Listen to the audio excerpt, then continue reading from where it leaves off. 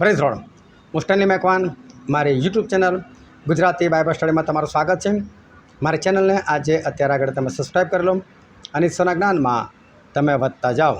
માણસ બહુ ખરાબ હોય, ઈશ્વરને ઓળખતો ના હોય, ઈશ્વરને જાણતો ના હોય, અને જે ઈશ્વરને માનતો હોય એને સતાવતો હોય, એને મારતો હોય, ઈશ્વરની નિંદાઓ કરતો હોય, અને ભલે ખ્રિસ્તી કુટુંબમાં જન્મેલો હોય, બાઇબલ એની પાસે હોય, છતાં ઈશ્વરની વિરુદ્ધ હોય. શું એવું બની શકે કે આવો માણસ અચાનક જ વિશ્વાસ કરતો થઈ જાય? શું બની શકે આવો માણસ અચાનક એ ઈશ્વરનો મિત્ર બની જાય? શું એવું બની શકે કે આવો માણસ ઈશ્વરની સુવાર્તા પ્રગટ કરનાર થઈ જાય, ઈશ્વર પર પ્રેમ કરનાર થઈ જાય, ઈશ્વરની સાથે રહેનાર થઈ જાય? શું આવું ખરેખર બની શકે? શું કોઈ માણસ આવું કરી શકે? શું કોઈ માણસ આવી રીતે વિશ્વાસમાં આવી શકે? ખરેખર શું આવી કોઈ ઘટના બની શકે? એ જાણવા માટે આ વિડીયોને તમે આખો જુઓ.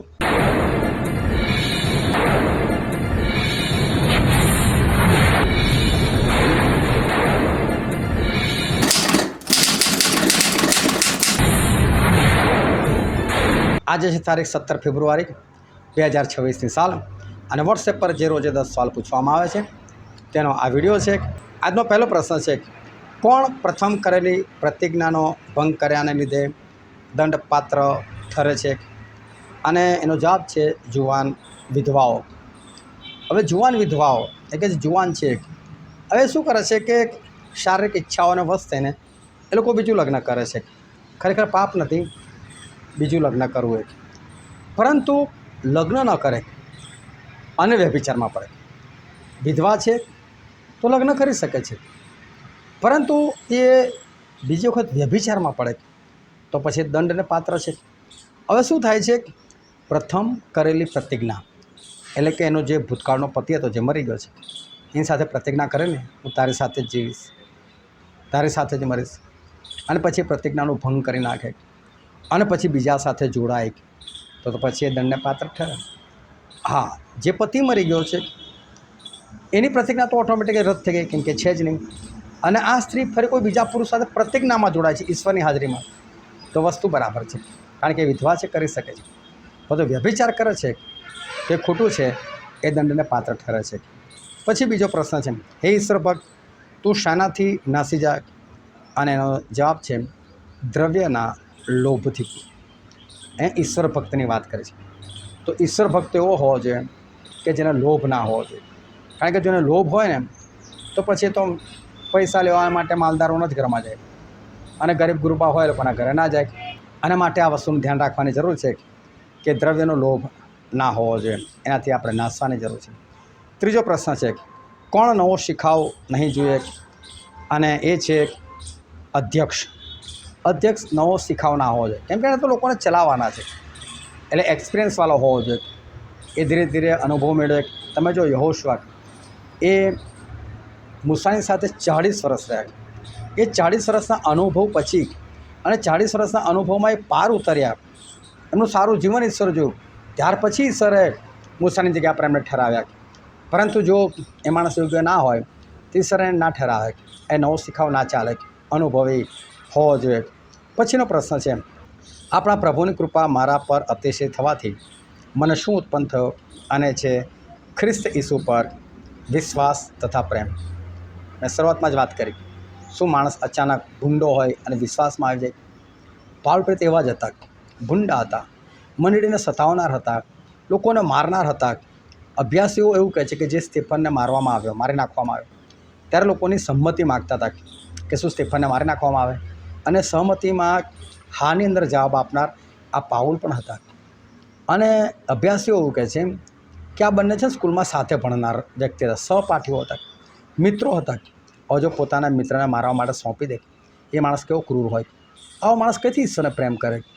પણ અચાનક પાઉલ પ્રેત તો વિશ્વાસમાં આવી ગયા, પ્રભુને પ્રગટ કરવા લાગ્યા. કેટલું જોરદાર કામ થયું!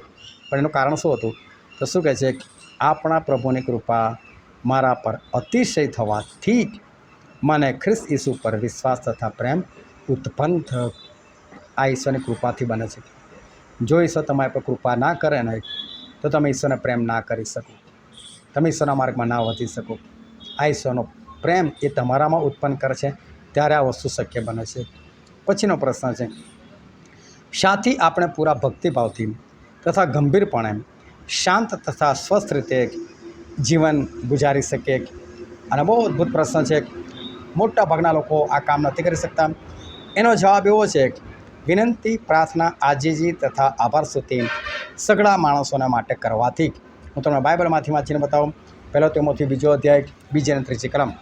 હવે સૌથી પ્રથમ હું એવો બોધ કરું છું કે વિનંતી, પ્રાર્થના, આજીજી તથા આભાર સ્તુતિ સઘળા માણસોને માટે કરવામાં આવે.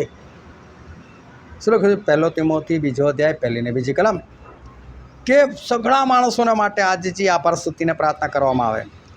રાજાઓને માટે તેમજ સર્વ અધિકારીઓને માટે. જેથી કેમ આપણે પ્રાર્થનાઓ કરવાની લોકોના માટે? જેથી આપણે પૂરા ભક્તિભાવથી તથા ગંભીરપણે શાંત તથા સ્વસ્થ રીતે જીવન ગુજારે.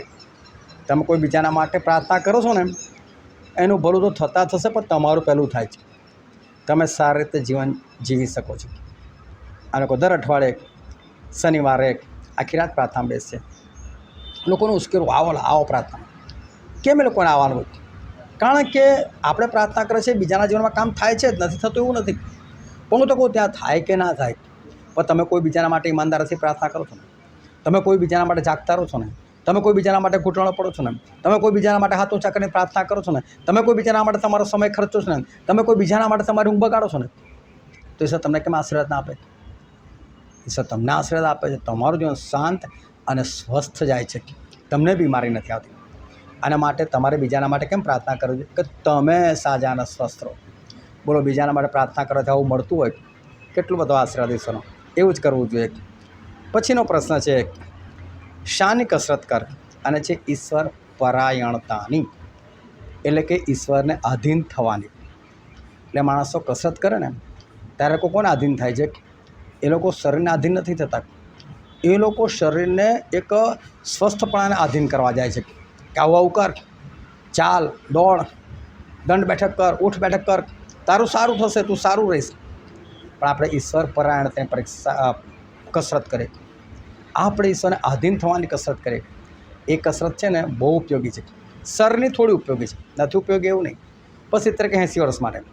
પણ તમે ઈશ્વર પરાયણતાને એટલે ઈશ્વરને આધીન થવાની કસરત કરો ને, એ તમને અનંત જીવન સુધી કામ લાગે છે. અને માટે એ કસરત પહેલી છે. પછીનો પ્રશ્ન છે, કોને બમણા માનપાત્ર ગણવા? અને એનો જવાબ છે, જેવો ઉપદેશ કરવામાં તથા શિક્ષણ આપવામાં શ્રમ લે છે તેઓને કહે છે. ઉપદેશ કરવામાં અને શિક્ષણ આપવામાં શ્રમ લે છે એવું નહીં કે ગમે તે ઊભા થઈને ગમે તે ઉપદેશ કરી નાખો. હું 2001થી હું ઉપદેશ કરતો આવ્યો છું. 2001થી ઉપદેશ કરતા આવ્યો તો અત્યાર સુધી કેટલા બધા મેસેજો આપ્યા હોય, કેટલા બધા સંદેશાઓ આપ્યા હોય. અને લગભગ 2002 પછીથી મારી પોતાની મિટિંગ રેગ્યુલર શરૂ થઈ ગઈ. તો વિચાર કરો કે એ બધા લોકોને હું વર્ષોથી 25 વર્ષથી શીખવાડતો આવ્યો છું. અને અમે અઠવાડિયામાં ઓછામાં ઓછા 3 વખત તો મળીએ જ. 4 વખત બી થઈ જાય, 5 વખત બી, 7 વખત બી થઈ જાય, ને એનાથી વધારે વખત બી થઈ જાય. એટલી બધી વખત મળે. જ્યારે બી કોઈના ઘરે જઈએ ત્યારે બી ભલે લાંબો સંદેશો ના હોય, પણ ટૂંકો સંદેશો તો હોય જ. હું આટલા બધા સંદેશા તો શું ગમે તેમાં આપીને ઊભા થઈને આપી દો, ચાલતો હશે? ના ચાલે. ઈશ્વરની હજુરમાં બેસવું પડે. પ્રભુ, આજે મારી સંગતવાલાઓ માટે કયો ઉપદેશ જરૂરી છે? બહુ જરૂરી છે કે તમે ઈશ્વરને પૂછીને સંદેશો આપો.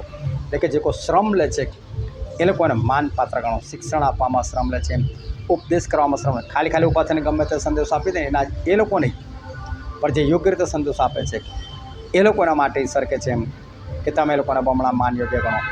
પછીનો પ્રશ્ન છે, ભ્રષ્ટમતીના સત્ય જ્ઞાન રહિત અને ભક્તિભાવ કમાવાનું સાધન છે એમ માનનારાઓમાં શું થાય છે? તો એમ માનનારાઓમાં નિત્ય કજિયા થાય છે. ભ્રષ્ટમતીના સત્ય જ્ઞાન રહિત અને ભક્તિભાવ કમાવાનું સાધન છે એમ માનનારાઓમાં શું થાય છે? તો એનો જવાબ છે, નિત્ય કજિયા થાય છે.